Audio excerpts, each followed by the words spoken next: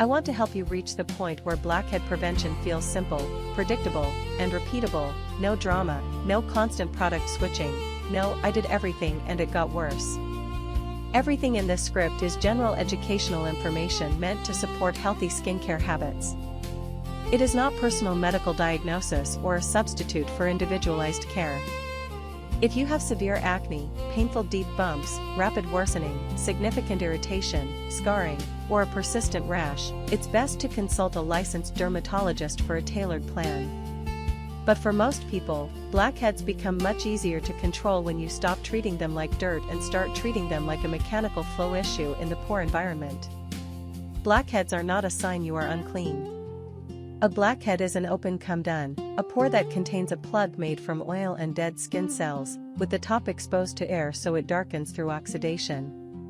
The dark color is not mainly dirt, it's mostly oxidized material and pigment changes within the plug itself. This matters because it changes the approach. If you treat blackheads like dirt, you'll scrub harder, strip oil with harsh cleansers, and aggressively clean the pore opening. That harshness often backfires by irritating the pore lining and disrupting your skin barrier. Irritation can swell the lining, cause uneven shedding, increase dehydration, and trigger rebound oiliness. Those conditions create more stickiness and more plugs.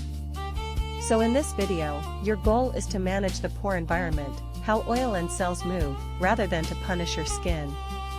Think of your pores like tiny drains in a living surface. The drain doesn't need force, it needs flow. Oil will keep being produced. Cells will keep being shed. Your job is to keep those processes synchronized so the pore doesn't become a trap. Prevention is not a one-time deep clean. It's a stable system you run every day, and it's built on a few pillars. Remove product films properly, use pore-targeted ingredients on a schedule your skin can tolerate, maintain barrier comfort with consistent moisturizing, protect skin with sunscreen, and reduce the daily triggers that create friction, occlusion, and inflammation. When you keep that system stable for weeks and months, blackheads form more slowly, look smaller, and feel less stubborn. Now, let's go deeper into why blackheads can persist even when you use good products. Most stubborn blackhead problems come from a combination of three patterns. The first is sticky turnover, meaning the pore lining sheds unevenly in clumps, especially in the oily T-zone.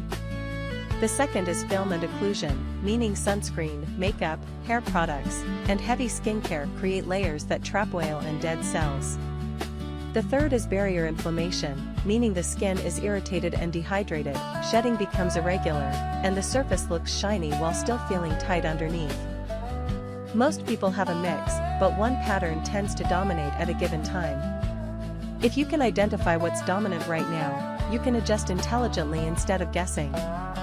Sticky turnover often looks like constant roughness, a persistent grainy feeling on the nose or chin, dots that refill quickly, and a sense that your pores are never truly clear. Film and occlusion often shows up when blackheads worsen after you change sunscreen, start a new primer or foundation, use heavier moisturizers, or apply hair products that touch the forehead or hairline. Barrier inflammation often looks like stinging when you apply bland products, redness, tightness, sensitivity to water, and a shiny surface that still feels dry. If you recognize these signals early, you can correct before your skin spirals into either stubborn congestion or painful irritation. Let's begin with the most overlooked factor in blackhead control: film removal at night. Night cleansing is not just about removing sweat. It's about removing films, especially sunscreen and long-wear makeup, without stripping the barrier. Water-resistant sunscreens and long-wear foundations are designed to stay on. If you don't remove them fully, residue can become a sticky layer that traps oil and dead cells. That residue acts like glue inside pores. Many people use salicylic acid faithfully and still see no change because their skin spends every night under a thin layer of leftover film. It's like trying to keep a sink drain clear while leaving a lid over it every night. The solution is thorough removal with minimal friction. For many people, the easiest way is a gentle two-step cleanse at night. First dissolve the film, then remove residue. Dissolving can be done with an oil cleanser, cleansing balm, or another gentle removal method that your skin tolerates, followed by a mild water-based cleanser to remove leftovers. The key is that this should feel comfortable. You should not rub until your skin turns red. You should not use hot water. You should not finish with a squeaky tight face.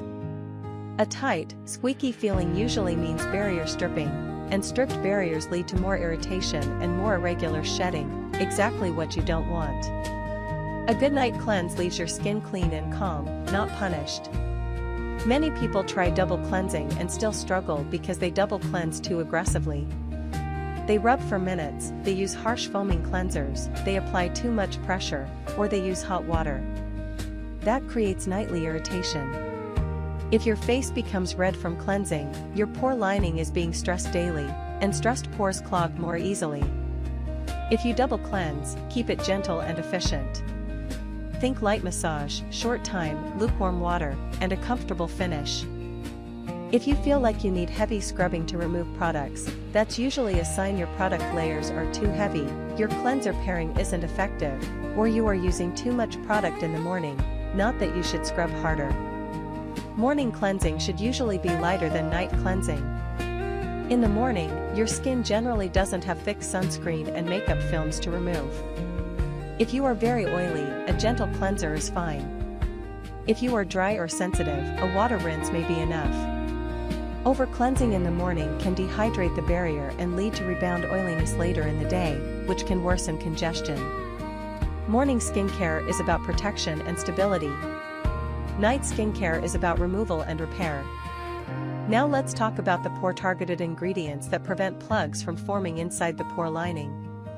The two most reliable over-the-counter tools for blackheads are salicylic acid, also known as BHA, and topical retinoids. Salicylic acid is oil-soluble and works well in the pore environment, especially in the T-zone where oil flow is higher. Retinoids help normalize turnover and reduce comedown formation over time. Both can be extremely effective, but both can backfire if you use them too often too soon and irritate the barrier. Irritation doesn't just feel uncomfortable, it actively worsens the pore environment by causing swelling and irregular shedding. A clinician-style salicylic acid strategy is not every day forever. It's scheduled, progressive, and tolerance-based. If you are new to it, start with a leave-on salicylic acid product 2 nights per week. Leave-on matters because it stays on the skin longer than a cleanser does. After 2 to 3 weeks, if your skin is calm, no burning, no persistent redness, only mild dryness at most, you can increase to 3 nights per week. If your cheeks are sensitive but your nose and chin are congested, apply salicylic acid mainly to the T-zone. Not every part of the face needs the same intensity. If you develop dryness or stinging, reduce frequency and increase moisturizer rather than quitting completely. The goal is months of steady use, not a week of intensity followed by irritation and dropout. Retinoids are the long game tool. They can reduce comedones and improve texture over time, but they require a slow introduction and barrier support. Start 1 night per week for the first couple of weeks, then increase to 2 nights per week if tolerated. Use a small amount.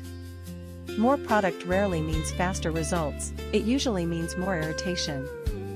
If you are sensitive, use the moisturizer sandwich technique, apply moisturizer first, then a thin layer of retinoid, then another light layer of moisturizer. This can reduce dryness and help your skin adapt. A critical safety note, if you are pregnant, trying to become pregnant, or breastfeeding, avoid retinoids unless your personal clinician specifically instructs you otherwise. In those situations, focus on gentle cleansing, barrier support, sunscreen, and professional guidance on safe alternatives. Many people ask whether they should use salicylic acid and a retinoid together. The safest way to begin is not on the same night. Alternating nights is usually more tolerable and still very effective. A balanced schedule for many people looks like salicylic acid 2 nights per week, retinoid 2 nights per week, and the remaining nights as rest nights where you only cleanse and moisturize. If you are sensitive, start with 1 salicylic acid night and 1 retinoid night, plus rest nights, then build slowly. If you are oily and resilient, you can gradually increase only if your skin stays calm. The rule is simple, never increase active frequency when your skin is irritated. Calm skin is the green light. Now let's talk about the skin barrier, because barrier stability is the foundation of long-term blackhead control. When the barrier is compromised, water loss increases, skin becomes reactive, and shedding becomes irregular. Irregular shedding mixes with oil and contributes to plugs. Many blackhead-prone people skip moisturizer because they feel oily, but oily skin can be dehydrated. Dehydrated skin often looks shiny on the surface but feels tight underneath. In that state, pores tend to look larger and dots look more obvious, and people respond by stripping more oil, which worsens the cycle. The solution is consistent, appropriate moisturizing, not heavy suffocating layers, but a texture that supports comfort without clogging. Moisturizer selection is more about texture and behavior than marketing labels. Many oily and blackhead-prone people do well with lightweight lotions or gel creams. Dry skin may need richer creams, especially in dry climates. You can also zone moisturize, using lighter textures on the T-zone and richer textures on drier cheeks if needed. The goal is that your skin feels comfortable after cleansing and moisturizing.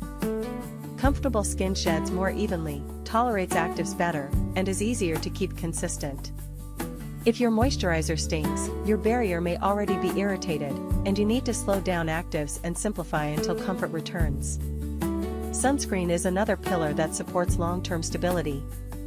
Sunscreen doesn't remove blackheads directly, but it reduces inflammation and protects skin health, especially if you use acids or retinoids.